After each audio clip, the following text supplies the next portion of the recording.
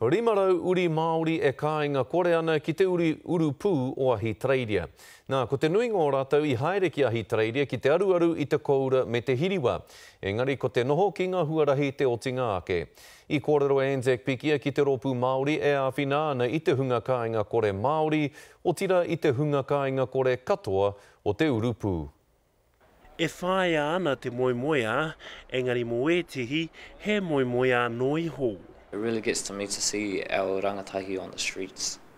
Nā whai anō ka toko aki a Freedom Rawa ko Tihema Pātene, te whakaaro ke whakatūria tēti rōpū āwhina I te hunga kāinga kore, he iwi ko tahi tātou ki te urupū nei, he ko tahi rau e rua te kau, ngā tūao.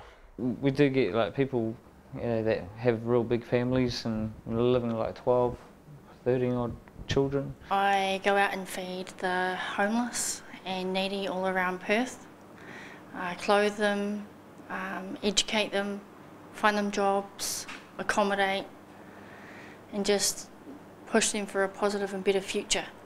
E ai ki te tarita tauranga o Ahitereiria, tata ki te kaumano tāngata, e kāinga kore ana I te urupū nei, e ai ki a Pātene, e rima rau o taua te kaumano, he Māori. They don't have jobs, or they come from Aotearoa and they think that Perth in Australia is all about the money. They need to understand that when you come here you have to work hard in order to get what you want. You know, Australia as a whole isn't, you know, where the money is at really, it's what you make of it. You know, and because we don't have entitlements for benefit or whatsoever over here, so we have no choice but to work. We've got our food and our toiletry packs. These are what we do every day of the week. There's 200 to 500 packs that we make last Sunday of every month. Ko ngā kaimenga taonga katoa he mea takoha e etihi kamupene, engari e hara I te mea ko rātou anake te hunga takoha. Our people are the one that give the kai, they koha every week, they drop in. We've got different drop-in centres throughout Perth. They go there and give koha, and if they can't, then they provide time at the Feed the Need events. Kaore mutu ki reira. Well, we give the toiletries, we give the food hampers, we have clothing for casual and businesses so that they can get a job.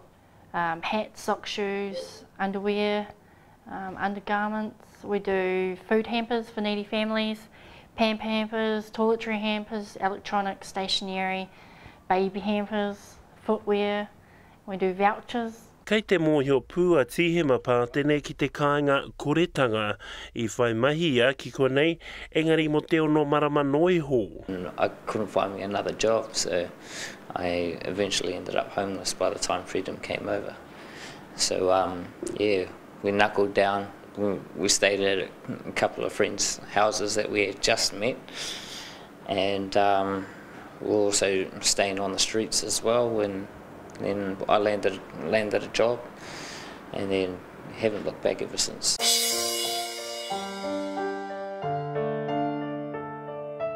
No te ākuhata I te rātau ka timata te rōpū nei, hioi he nui ngā tūmanako. I thought of finding some land and a community centre. So I've made contact with a few organisations that can sponsor us in order to get a community centre, a hall to home our people. Ia kia Pātene anō, ko te hunga kāinga kore tonu, tōna kaha I te mea he nui ngā taonga kiko kei aia, engari anō, te hunga kāinga kore. Anzac Pikia te karere, te urupū.